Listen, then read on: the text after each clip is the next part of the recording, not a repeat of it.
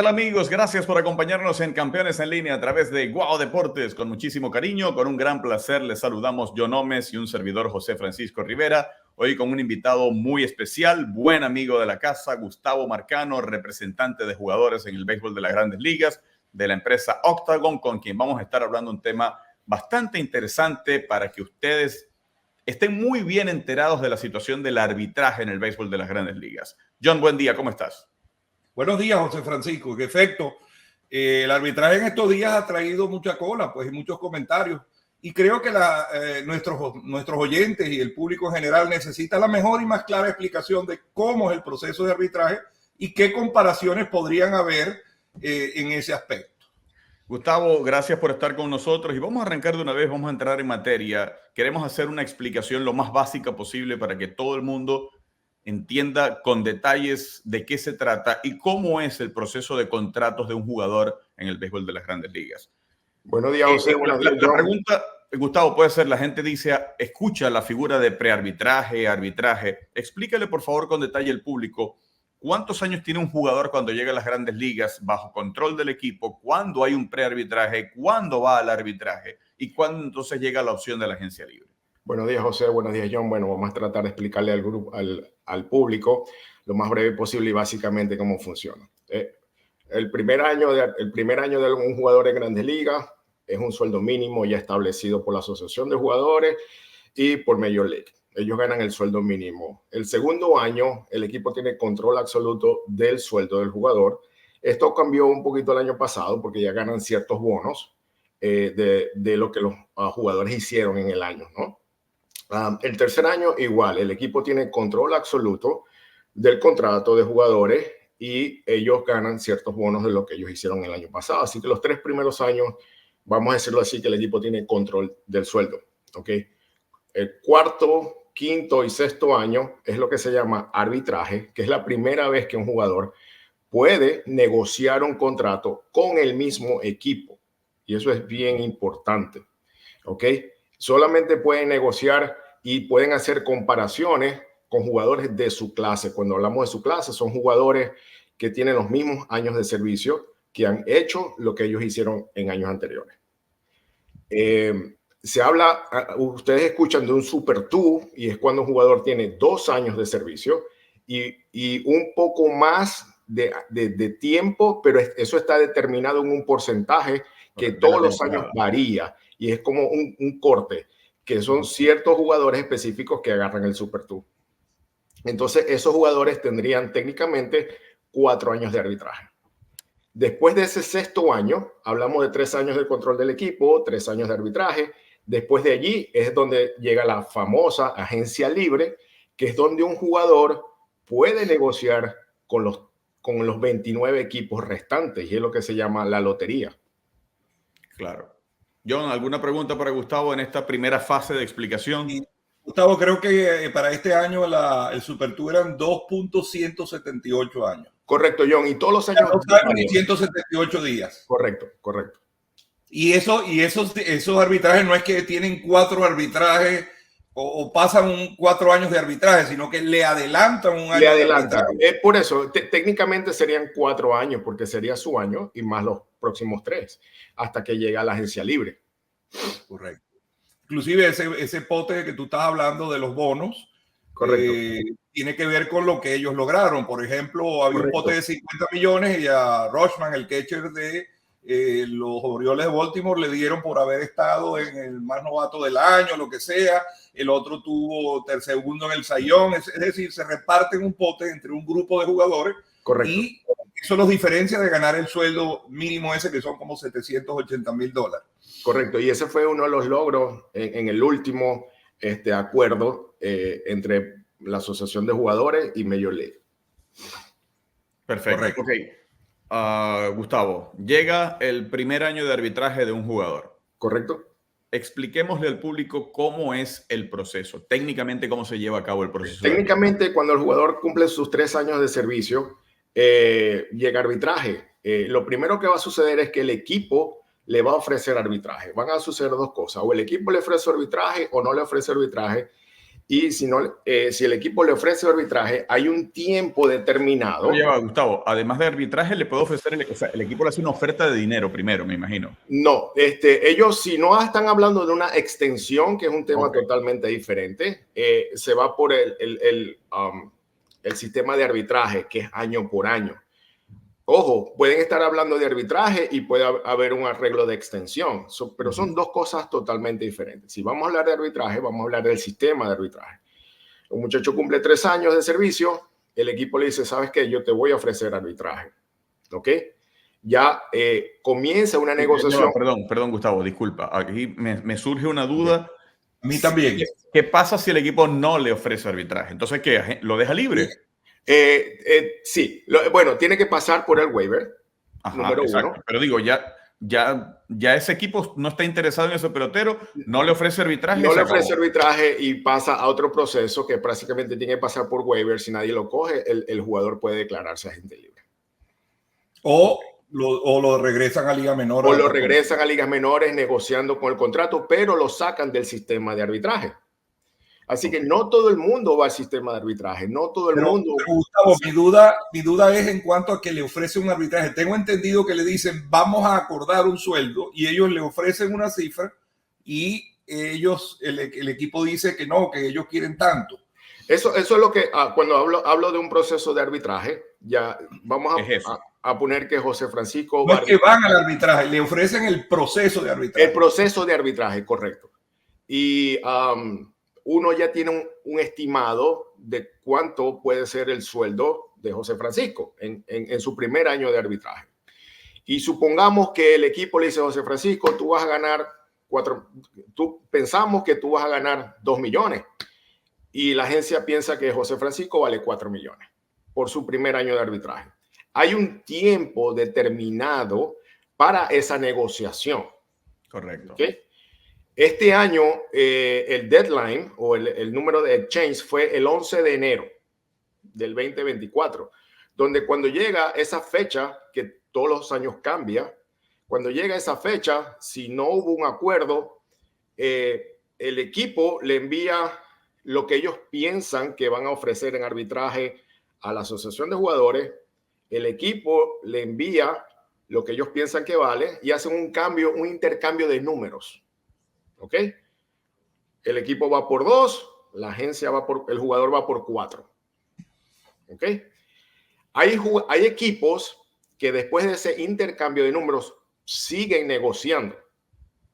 Hay equipos que tienen una política que dicen que hasta ese día negocian y si no llegan a un acuerdo se van directo a arbitraje. ¿Ok? En el caso que el equipo no tenga esa política, uno puede seguir negociando hasta inclusive el día de arbitraje. ¿Okay? Generalmente comienzan a finales de febrero los hearings o las fechas de arbitraje hasta marzo. Y eso también todos los años depende de la ciudad donde es y la fecha donde es. Y el comienzo de la temporada también. Y el comienzo de la temporada, correcto. Y bueno, esa es la primera parte de la negociación. Yo quiero destacar algo, Gustavo, de lo que yo entiendo y tú me validas, por favor, sí, porque tú eres el que conoce. Sí. Que tampoco yo como agente me puedo volver loco y decir que José Francisco vale 10. No. Porque he sabido que el valor de mercado de José Francisco está a 2, 3 por allí. Entonces, ¿qué es lo que pasa? Yo puedo ir de loco a poner 10 y ese es un caso de arbitraje que lo voy a perder seguro. 100%. Por eso es que usé la palabra comparables, porque la idea es tratar de comparar ese jugador con jugadores que hicieron eso o un poquito mejor para que lo traten de alar y de subir el sueldo lo mayormente posible. El equipo... Pero sin volverse loco. Sin volverse loco, porque es comparable, ahí van a estar los números. El equipo va a tratar de hacer lo mismo, pero al inverso. Va a tratar de comparar a José con alguien que hizo lo mismo o un poquito menor para tratar de alarlo hacia abajo. Esa diferencia está alrededor del valor de mercado y normalmente no es más de un 10% o algo así. Totalmente. Gustavo, llega el día de la audiencia para el arbitraje. Cuéntale al público cómo es. ¿Es un juzgado? ¿Hay 3 jueces? ¿Hay un juez? Hay abogados del pelotero, hay abogados del jugador, hay jugadores del equipo de Grandes Ligas. ¿Quiénes están presentes y quiénes son los involucrados en el proceso y en la audiencia? Hay 3 grupos involucrados. El pelotero con sus abogados. Gustavo, ¿eso es una corte?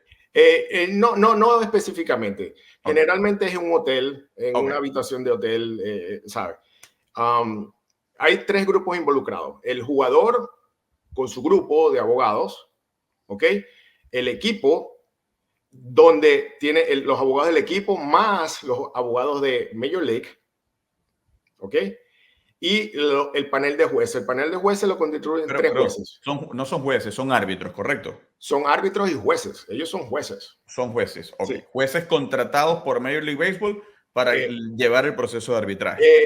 No realmente, son jueces que tienen cierta experiencia en arbitraje, y lo importante es que son jueces que están aprobados tanto por la Asociación de Jugadores como por Major League. Ellos llegan a un acuerdo de quiénes van a trabajar ese año en arbitraje, pero tienen que estar las dos partes de acuerdo para utilizar esos jueces. Y tienen... Puede ser, por ejemplo, un médico de aquí de la ciudad o del sitio, puede ser un abogado, puede ser una enfermera.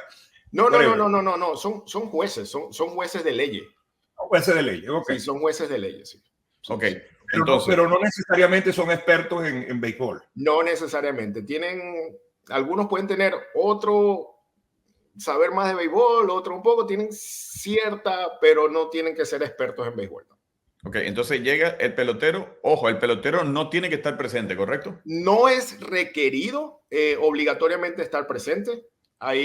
Depende del pelotero, depende de la representación del pelotero, pero no es requerido que el jugador esté presente físicamente. Ok, entonces llega el jugador, suponiendo que va a la audiencia con su abogado, y en la otra parte están representantes de la liga y del equipo. Correcto. Igual del lado del pelotero están los abogados del pelotero más abogados de la asociación de jugadores.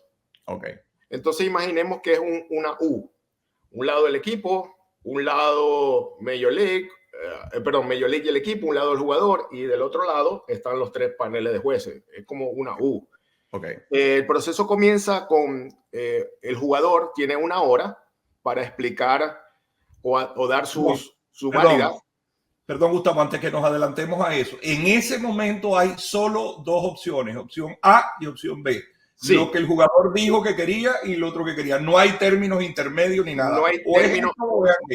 No hay términos intermedios. O para lo que Francisco son 2 millones o 4 millones. Correcto. Pero ojo, eso está claro y es importantísimo que lo digamos. Pero hay una tercera opción, y me lo comentaba Gustavo por teléfono cuando hablamos de estos días, que se ponen de acuerdo antes de que empiece. Correcto. Antes. Sí, correcto. Pero al entrar el mismo día, John. John, el mismo día antes de entrar a la audiencia. Antes de entrar ahí en la puerta, sí, pero lo que entras al arbitraje es Totalmente. Ya al entrar al arbitraje, en el arbitraje no van a decir, oye, vamos a partir esto por la mitad y nos vamos tranquilos para la casa. No. O sea, en el arbitraje uno gana y el otro pierde seguro. Sí, y sí, han habido casos que antes de entrar y abrir la puerta existe una negociación. O sea, han existido casos así. Ok. Entonces, y totalmente comienza el jugador explicando sus puntos, por qué él vale. ¿Por qué es tan bueno? Técnicamente 4 millones. Tiene 1 hora sus abogados para explicar todas sus estadísticas. Después viene el equipo y tiene 1 hora para explicar por qué no los vale y por qué vale menos. Después el jugador tiene la réplica por 30 minutos. El equipo tiene la réplica por 30 minutos y después viene lo que yo llamo Mariano, apaga la luz y vete, viene el cerrador por 10 minutos y 10 minutos. Que son la liga y la asociación. Correcto. Y después de allí se acaba el proceso y los jueces tienen 24 horas máximo para dar su veredicto. Ok. Perfecto. ¿Alguna duda del proceso, John? Respuesta definitiva, José Francisco.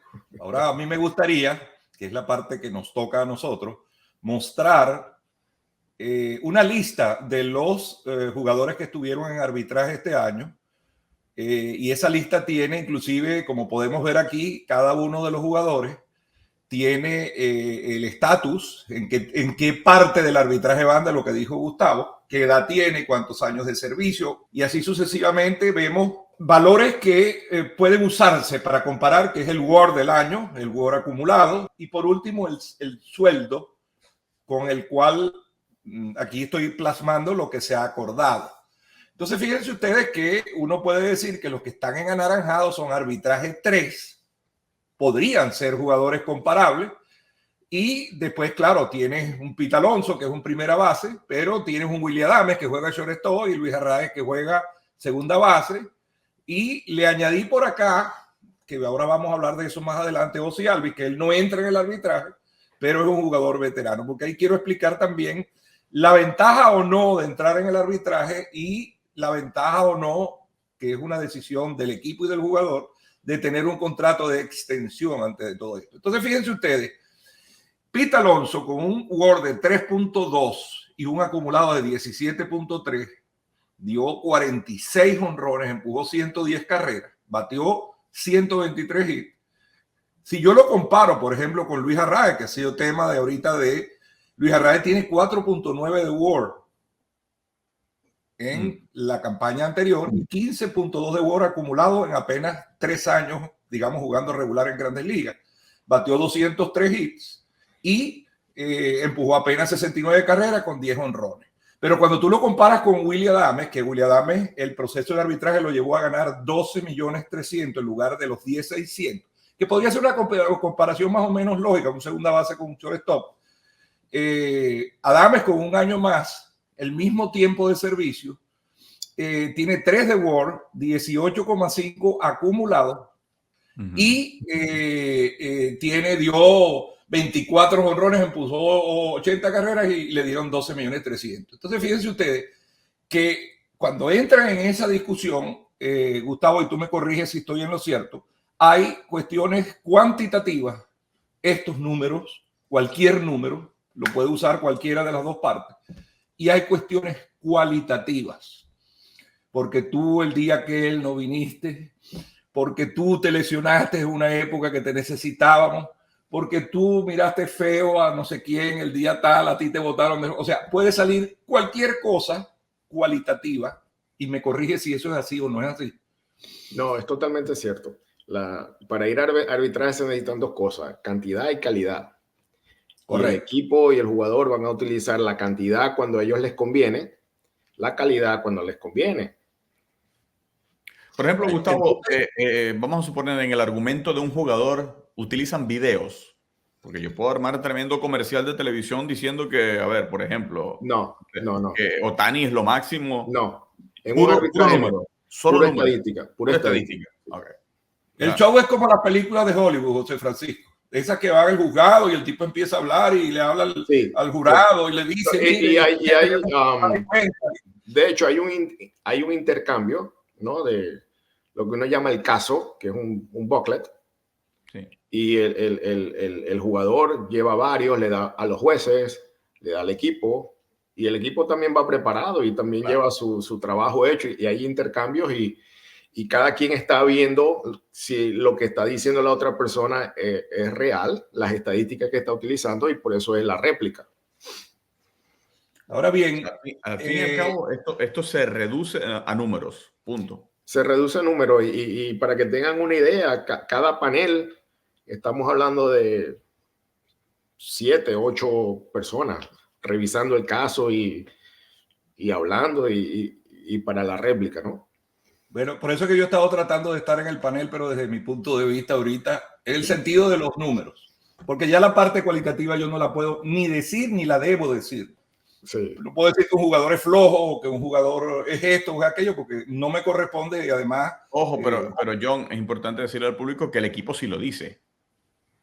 No, claro, el equipo lo dice, pero digo acá, en esta simulación que estamos haciendo... Claro, no. Surgió la duda. Ni siquiera estamos ni queremos opinar en este programa. Un programa completamente informativo. Correcto, pero surgió la duda mucho con el caso de Luis Arraez, que no quiero, Gustavo, que por supuesto estés por entendido que diga que si fue o no fue correcto, porque no es nuestra intención y no debe ser no así. estaría de mi parte Claro. ser Exacto, pero hay gente que no, que sí se lo debió dar, que no se lo debió dar. Entonces hay cosas que voy a explicar aquí. Luis Arraez decide, o la vida o el destino, los mellizos de Minnesota primero y los Marlins después, irse por el camino del arbitraje. Y quiero mostrar aquí lo que ha hecho Luis Arraez durante ese camino. El equipo, para decirlo con cifras exactas, el equipo, él firmó en el 2003, que eso no entra en lo que ha ganado, el 2013 por $40,000, eso fue lo que costó la firma de Arraez. El 2019 aparece en Grandes Ligas, gana $361,000, que era en ese entonces lo que había. Fue sexto en el novato del año. En el 2020 gana $220,000 y tantos dólares. En el 2021, $611,000. Y en el 2022, con los mellizos, llega un arbitraje de $2,125,000 y es cuando queda campeón bate, queda Silver Slugger, queda All-Star y fue el 13º para el MVP de la Liga Americana. En el 2023 con Miami, él queda campeón bate en el 2022. En el 2023 con Miami llega un acuerdo de $6,100,000. Fue al final de la campaña Silver Slugger, segunda base, All-Star y fue sexto para el MVP. Total, en 6 años ganó $9,457,000 y ahora el arbitraje le dio $10,600,000. Es decir, que al finalizar el 2024 va a tener 7 años y $20 millones. Ahora, si seguimos a la siguiente lámina, Ozzie Albies firma con un bono de $350,000 y ahí viene un periplo que va desde el 2017 al 2023, pero el equipo de los Bravos le dice en el año 2019, hey, un momentico, vamos a firmar una extensión. Perdón, en el año 2020. Y al terminar la temporada de 2020 le dicen, vamos a firmar una extensión y te damos un contrato de $45 millones por 5 años. Y empieza con $3 millones en el año 2021, que por cierto, tiene una cruz allí porque él estuvo lesionado la mayor parte de esa temporada. Fue Silver Slugger, segunda base, All-Star y MVP de la Liga Nacional, llegó 13º. Gana $5 millones en el 2022 y gana en el 2023 $7 millones. Hoy, ya para el 2024, Arraez lo supera él con $10,600,000 y él gana $7 millones. Esto es un jugador que ha ganado hasta ahora $24 millones. Es decir, aquí estoy mostrando dos caras del destino de un jugador que tú puedes, del camino de un jugador distinto con el cual tú puedes sacar alguna conclusión. Obviamente, Albies estuvo en el equipo estrella de la Major League por la Liga Nacional. Arraez no. Y Albies es considerado un jugador más completo, da jonrones, etcétera, etcétera. Entonces, fíjense ustedes como por un camino u otro tú puedes salir favorecido o no. Tú puedes decir en este momento, pero es que Arraez lo fregaron con el arbitraje. No, pero es que Arraez prácticamente ha ganado más de lo que ha ganado Albies comparativamente, pero es que a Albies le dieron un contrato garantizado mucho antes. Entonces, ¿qué es lo que pasa con esto? Que los jugadores, además de tener esa comparación del arbitraje, que es lo que nos concierne el día de hoy, pueden tener caminos distintos. Ahora, fíjense ustedes, en ese juicio que está ahí, yo quiero un poco simular lo que yo hubiera dicho. Luis Arraez, si bien es cierto, batió 200 y pico de hits, y también es cierto que Luis Arraez, apenas de esos hits, 40 fueron extra base y 160 fueron sencillos. Se puede argumentar que Arraez es un hiteador, que no es un jugador que produce la situación de carrera vía robo, vía extra base, etcétera, etcétera. Pero hay una cantidad de factores, por ejemplo, que influyen en eso. Arraez batió la mayoría de las veces como primer bate. Cuando lo pusieron de tercero fue un desastre, inclusive bajó el averaje. Y los que tenía detrás fueron un fiasco. John Berti, que bateaba detrás y era el que estaba llamado a ser el bateador que iba a estar en base para que Arraez diera la conexión, se robó en el 2022 41 bases. Y en el 2023 apenas robó 16, en un año donde ya el reloj te permitía robar muchas más bases. Y yo, que estuve en el terreno, José Francisco lo sabe, y él conmigo también, nos explicaba la gente técnica que a Berti habían dos cosas. La primera, que no estaba 100%, y la segunda que no lo querían soltar para dejarle a Arraez el bate en la mano.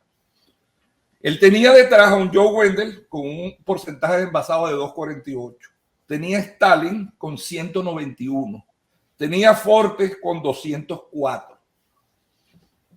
No es lo mismo como Ronald Acuña tenía como primer bate a Michael Harris II, que tenía un porcentaje de envasado de 339, un averaje de 293 y se robó 20 bases.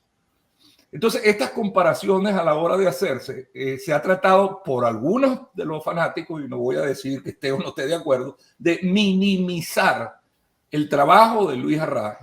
Porque si se puede decir, el trabajo también fue producto del equipo, que el equipo no tenía las herramientas que él ha podido tener para poder triunfar en otro grupo. Verbigracia, o explicándolo en un lenguaje más criollo, si él jugara para los Yankees o para los Phillies, seguramente hubieran empujado muchas más carreras y hubieran anotado muchas más carreras y hubieran pasado más cosas. Pero todo esto lo quiero dejar ahorita como tema de discusión para que la gente saque sus propias conclusiones. ¿Por qué? Porque estos procesos de arbitraje, al final del día, Gustavo, la impresión de que me queda es que son discrecionales totalmente. Por mucho argumento que dé uno o que dé el otro, yo podría decir en este momento que Adames no merece ganar más que Luis Arraez por la tabla que acabamos de explicar. ¿Por qué? Porque Adames está ganando 12.300 y Luis Arraez 10.600, que era más o menos lo que aspiraba Arraez en el proceso de arbitraje. Christian Walker con un WAR de 3.8 y 12.6 acumulados versus los 4.9 del 24 de Arraez y 15.2 acumulados, pues gana más que Luis Arraez. Entonces, eso es lo bonito de todo esto, mis queridos amigos, que es la pasión, el entrar en estas cosas y saber un poco cómo funcionan, porque definitivamente no está en nuestras manos decidir qué es bueno y qué es malo. Para eso hay un proceso totalmente establecido y legal, y contra eso no se puede.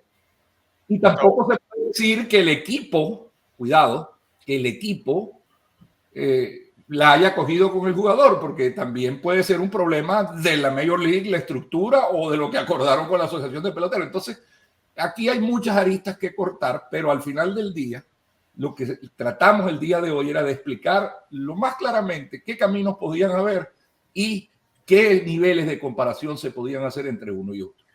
Gustavo, normalmente, en términos generales, ¿cómo queda la relación entre el pelotero y el equipo después de pasar por este proceso que es incómodo sobre todo para el jugador?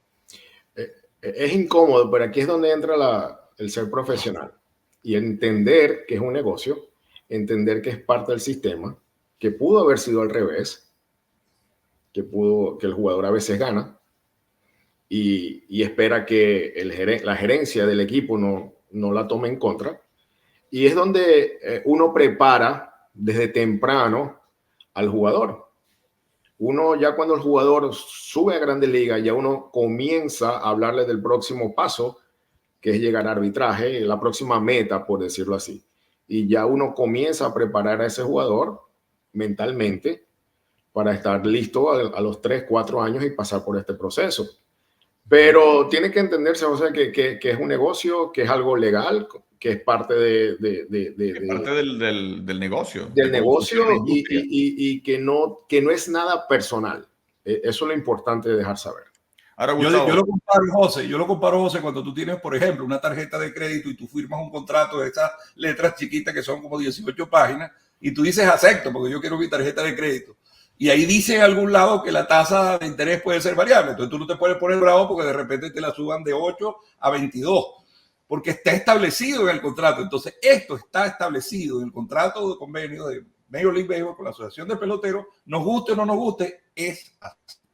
Ahora, Gustavo, cuando llegue el momento de que terminan esos 3 años de control, ¿la agencia ya comienza a trabajar en venderle al equipo la figura de la extensión como si fuera la agencia libre? ¿O es algo que no suele ocurrir? Uno recomienda que eso venga, el interés debiera venir del equipo. Okay. Y no necesariamente hay que esperar los 3 años, ¿no? La palabra extensión se puede hacer, ahora mismo lo están haciendo sin jugadores coger un turno en Grandes Ligas. Entonces, pero sí pensamos que el primer paso debiera ser del equipo, el interés del equipo. A ver, ojo, para que el público esté claro, el tema de Churi es una extensión. Correcto. Y ese muchacho no ha pisado un campo de Grandes Ligas. Correcto. Entonces, la palabra extensión es algo que no es un secreto, que muchos jugadores... Pero a ver, todos los la días agencia, preguntan por eso. Gustavo, pero la agencia siempre está pendiente de eso, o no es algo que a la agencia le quita el sueño más la agencia libre. Mira, ir paso a paso, Okay. el jugador va a maximizar su dinero. Totalmente. Y lo vimos en el caso que John acaba de comparar. Ir Correcto. paso a paso maximiza, porque el arbitraje está hecho para maximizar lo que el jugador está haciendo en esa parte de su carrera. Y de nuevo, ir a la agencia libre y negociar con 29 equipos te da mayor rango para un muy buen contrato. Pero no es mentira que muchos jugadores quieren su seguridad financiera temprana. Claro. Y es donde vienen las extensiones. Y siempre las dos figuras tienen pro y contra. Las dos figuras tienen pro y contra. Acabamos de ver. Las dos figuras tienen pro y contra. Y a la final del día, José, John, y quiero que la gente entienda que nunca nadie va a estar contento con un contrato. Tú puedes firmar por 400 millones y la gente va a decir que el equipo salió ganando. Tú puedes firmar siempre va a haber alguien que diferencia. A la final del día lo que importa es que el jugador esté feliz, que su familia esté feliz, que estén satisfechos. Y a la final del día lo que importa es eso. Siempre alguien va a hablar. Pero fíjate una cosa, que quiero hacer otro detalle interesante que menciona Gustavo, la familia. La familia también tiene influencia en estas decisiones. Todo. Pero fíjate una cosa, José Francisco, en este caso, y hablando del caso de Arraez en particular, ya este es el penúltimo, no, le quedan 2 más. Pero yo estoy seguro que con lo que acaba de suceder y lo que acabo de decir, que el equipo no le brindó la forma de que él pudiera brillar, no le sacaron el jugo como se lo han debido sacar, es probable que si el equipo le llega a ofrecer una extensión a Luis Arraez con el equipo actual, muy probablemente él lo piense y diga, mira, no, porque yo aspiro a irme a un equipo donde yo pueda brillar de una manera mejor. Porque esas cosas también son tomadas en cuenta, José Francisco. Sí, pero bueno, no es solo el dinero, no donde le saco más el jugo a mis herramientas, ¿no? Entonces, es algo muy... estas cosas dejan huella, como lo acaba de decir Gustavo, para bien o para mal, pero obviamente hay muchos agentes, hay equipos como los Yankees que decretaron que por política del padre ellos no van a ningún arbitraje. Ellos le dan a la gente lo que... Claro, no es que se lo dan porque ellos están regalando plata. Ellos negocian anteriormente todo eso y cuando sale la cifra es una cifra ya acordada, pues ahí no hay arbitraje. Pero evitan a ir a ese proceso. Hay otros equipos que no, que prefieren ir al proceso porque tienen derecho legalmente. Bueno, Gustavo, muchísimas gracias por tu tiempo, por acompañarnos. Tú sabes que esta es tu casa y bueno, esperamos que se repita pronto, Dios mediante. Seguro. Bueno, gracias a ustedes y lo importante es llevar un mensaje al público que entiendan más o menos el proceso, porque quiero tomar he visto noticias donde dicen, comparan los sueldos de un jugador en arbitraje con un jugador en la agencia libre y lo importante es dejarle saber al público que ese jugador todavía no alcanza ese proceso para que esos sueldos se comparen. Correcto. Sí, pero ojo, también es importante decir que al momento del arbitraje o de la audiencia, ese es un argumento. Ese jugador de agencia libre o que firmó como agente libre no se puede comparar con lo que está buscando el jugador, ¿correcto? No, para nada. Por eso al principio del programa comenté que son comparables con la clase. Que la misma situación. La misma situación, el mismo tiempo de año de servicio. La tabla está buena. La tabla está bien hecha. Tabla está bien hecha. Está bien hecha, sí.